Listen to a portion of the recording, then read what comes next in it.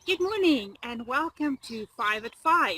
I'm Minette Noli, and this week we'll be looking at blueberries, grapes, scented pelargoniums, a beautiful little geranium from South Africa, and lastly some aquilegia. We're going to start with blueberries. The promise of summer fruit in all these little globules. A very popular berry plant to grow together with strawberries and raspberries.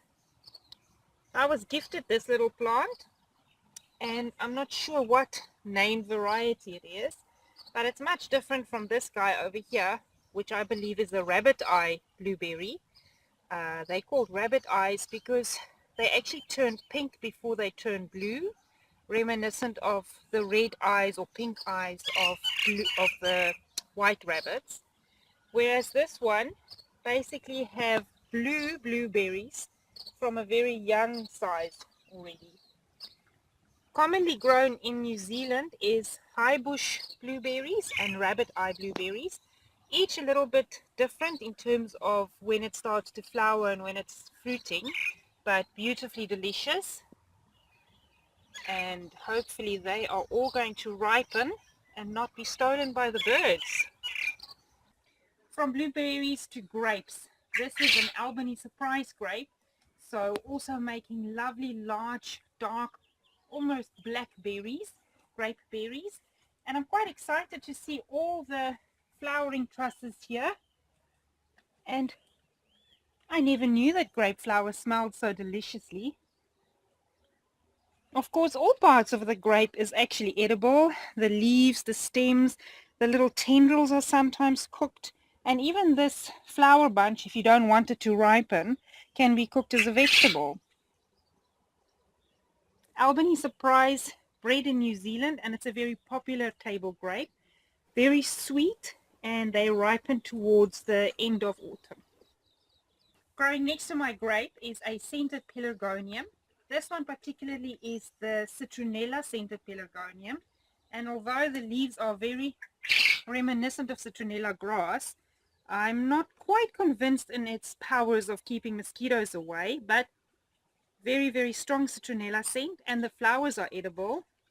If you want to know more about scented pelargoniums, I've just done a newsletter available on the newsletter section of my website on all the different scented pelargoniums. The reason why I'm growing this one next to the grape is that they are said to be very good companions to plants, food plants like grapes and corn, even tomatoes, beneficial almost anywhere in your edible garden. And naturally they are gorgeous, bringing in the bees and a bit of pretty cottage charm to the food garden. This little pretty purple one is an actual geranium, so family of the pelargonium which we just looked at, where the pelargonium falls into a specific species. They still form part of the geranium family. This one here is Geranium incarnum, a lovely little bush from South Africa, very easy to grow in almost any soil, and it can be used as a medicinal tea. It's known as vrouwenbossie, for its healing properties for all things to do with women's problems. Vrouwenbossie translating to woman's bush. And the beautiful purple flowers, also attractive to bees. And you can grow it in a hanging basket or as a ground cover. It's actually quite fast spreading and beautiful. From purple geraniums to purple aquilegias, and whether you know them as aquilegia, columbine, or granny's bonnet, they are a beautiful cottage garden plant, and they come in fantastic colors, pinks and whites and bicolors. Their names, aquilegia refers to the eagle, an eagle's claw, and columbine refers to doves, because when you look at the flower closely, it almost looks like 5 doves with their heads bent inwards towards each other. And then in the Victorian times, people fell out of favor in naming plants after animals and rather fashions, so they thought that this looked like a granny's bonnet. And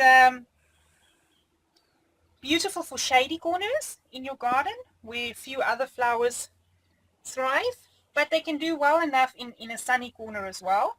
And they self-seed easily, making all new babies for the next season, and a lovely display in the early spring garden. I've got the purple one and a pink one, but my pink one is all flowered out already.